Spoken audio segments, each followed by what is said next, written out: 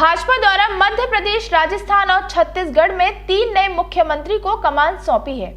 तीनों राज्य में भाजपा की प्रचंड जीत के बाद विपक्षी दल धराशायी हो गए हैं और विपक्ष की नींद उड़ी हुई है। लेकिन दिलचस्प बात यह है कि भाजपा ने तीनों ही राज्यों में नए चेहरों को कमान दी है। इसे लेकर भी राजनीतिक गलियारों में चर्चाएं बनी हुई है।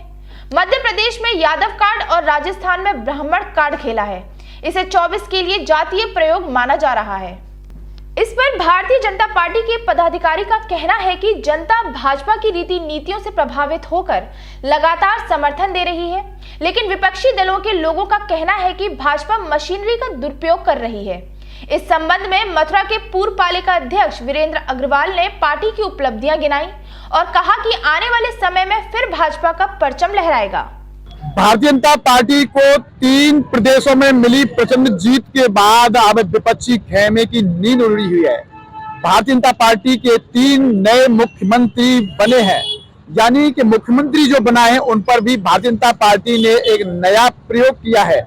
ऐसा प्रयोग जो लोग सोचने पर मजबूर हैं। मध्य प्रदेश में जहां पर कि शिवराज सिंह चौहान के नेतृत्व में भाजपा प्रचंड बहुमत में आई और उसके बावजूद भी शिवराज सिंह चौहान को वहां का मुख्यमंत्री नहीं बनाया गया। अगर देखा जाए तो इसी तरीके से राजस्थान में भी जहां कयास लगाए जा रहे थे कि मुख्यमंत्री के कौन चेहरे हो सकते हैं, उनको भी दरकिनार कर दिया। एक ऐसे कार्यकर्ता के रूप में राजस्थान का मुख्यमंत्री भजनलाल शर्मा को बनाया है, मध्य प्रदेश का मुख्यमंत्री मोहन यादव को बनाया है और छत्तीसगढ़ का मुख्यमंत्री विष्णुदेव साय को बनाया है। यानी कि अपने आप में ये एक बड़ा पेच भारतीय जनता पार्टी ने डाला है। सभी संगठन को ध्यान में रखते हुए ये एक ऐसा प्रैक्टिकल भाजपा ने किया है कि अब विपक्ष की नींद उड़ी हुई है। इस पर हम भाजपा के लोगों की भी राय लेंगे और कांग्रेस के लोगों से भी जानेंगे कि कांग्रेस फिर 2023 के 3 राज्यों में तो कम से कम बुरी तरह चित्त हुई है। यहाँ पर हम बात करते हैं भारतीय जनता पार्टी के वरिष्ठ नेता पूर्व पालिका के चेयरमैन मथुरा के वीरेंद्र अग्रवाल जी से भी।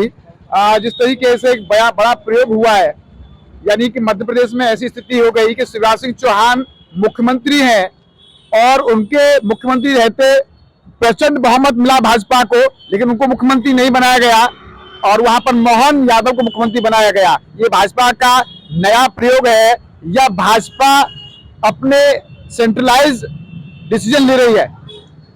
भारतीय जनता पार्टी पूर्व में जनसंघ का ही एक रूप है और भारतीय जनसंघ ने हमेशा केंद्रीकरण की तरफ नहीं, विकेंद्रीकरण की तरफ ध्यान दिया है।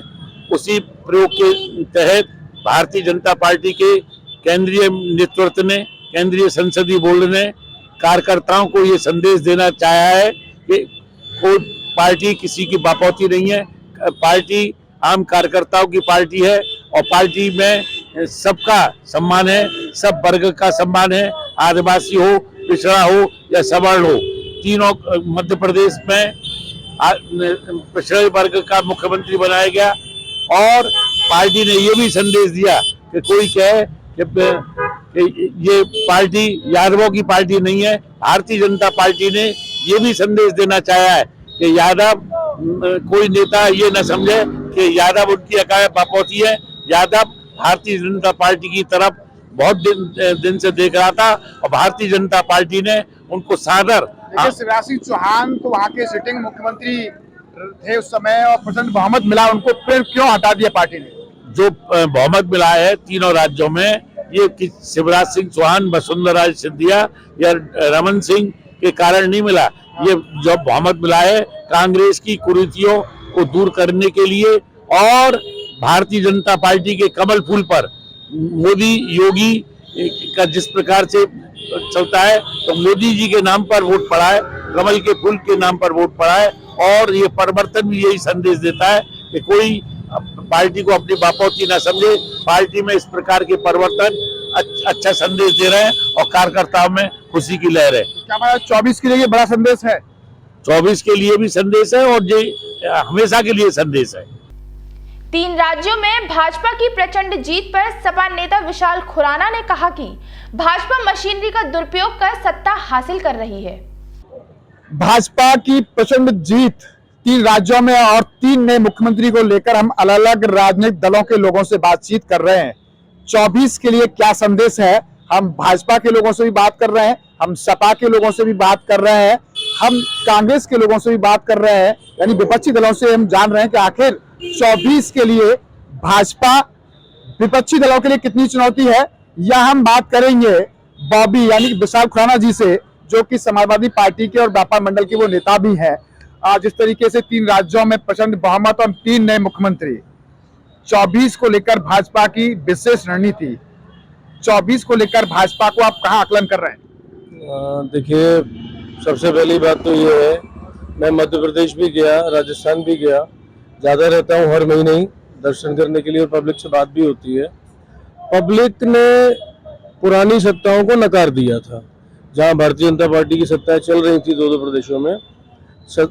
पब्लिक व्यूज़ ये थे कि भारतीय जनता पार्टी से हम लोग परेशान हैं, और दूसरे दलों में उनकी आस्था जागृत हो रही थी। लेकिन उसके बाद भी भारतीय जनता पार्टी को बहुमत दिया गया और वहाँ के उनके मुख्यमंत्री बने हैं, उनकी सरकार बनी है। तो इसमें कहीं ना कहीं ये कहने में मुझे अतिशयोक्ति नहीं होगी कि कोई ना कोई ईवीएम वाला खेल इनका प्रचंड ये है कि जब अंगूर हाथ नहीं आते हैं तो फिर विपक्ष वही वाली कहानी करता है कि ईवीएम है। जब जिन राज्यों में भाजपा नहीं आती है तो वहां शायद ईवीएम का खेल नहीं होता है। नहीं, ऐसा नहीं है।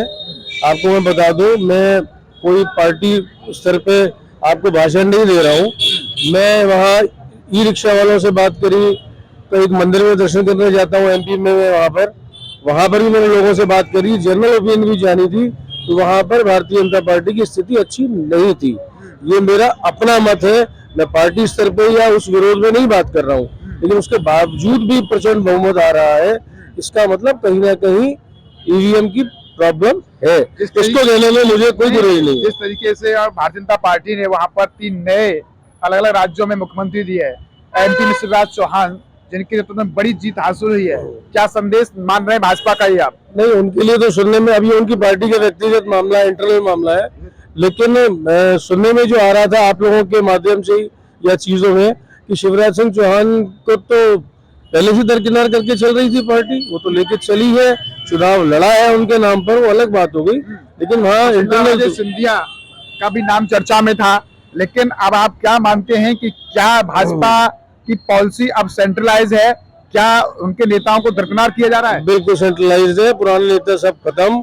अब सिर्फ आदरणीय हमारे प्रधानमंत्री जी और गृह मंत्री अमित शाह, सिर्फ ये 2 ही लोगों की। लेकिन मैं ये कह रहा हूँ कि विपक्ष के लिए कितना चुनौती है, आप ये बताइए। चुनौती है और बहुत काम करना पड़ेगा, अभी हमको सारी चीजें समझनी पड़ेंगी, और जो ये लुभावने और जो झूठ बोल बोल के जो पब्लिक को अभी भी मिसगाइड कर रखा है, इस पे बहुत काम करना पड़ेगा। विपक्ष आप लोग क्यों नहीं मिसगाइड कर पाते हो? जब सत्ता तो मिलती तो है नहीं, सत्ता तो छीनी जाती है।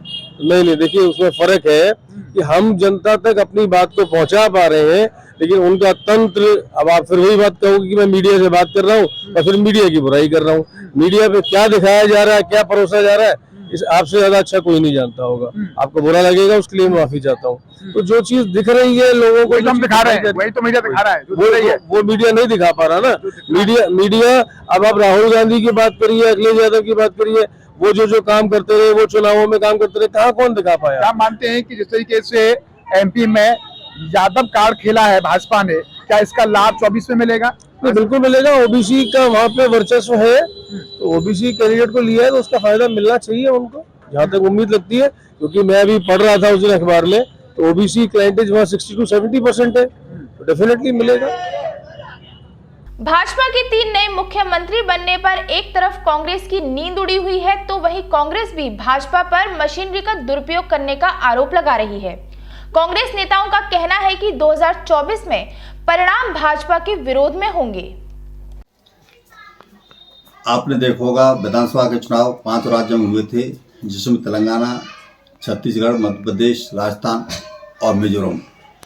छत्तीसगढ़, मध्य प्रदेश और राजस्थान में भाजपा सरकार ने, योगी सरकार ने सरकारी संस्थाओं का किस तरह दुरुपयोग किया है, ये अच्छी तरह भली बात आप जानते हैं।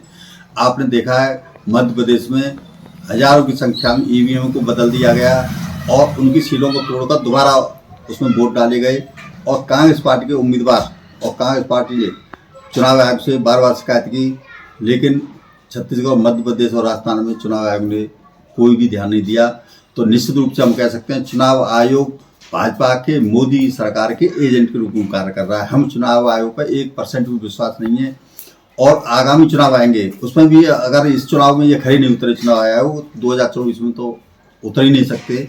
ये निश्चित रूप से भेदभाव कर रहे हैं। हमने बार बार कहा कि चुनाव आयोग को सभी सरकारी भी और विपक्षी पार्टियों से मिलकर उसको एक नाम निर्धारित होना चाहिए, लेकिन मोदी सरकार ने उसको नहीं माना। और आपने देखा होगा अभी एक प्रस्ताव पास किया है जिसमें प्रधानमंत्री, मंत्री और विपक्षी दल के एक जो है नेता को चुनाव आयोग की नियुक्ति करनी है। तो 2-1 का ये समीकरण बनता है, तो 2-1 में तो निश्चित रूप से जो मोदी चाहेगा वही होगा। इसमें कम से कम 5 सदस्य होने चाहिए थे, जिसमें सभी पार्टियों के मेंबर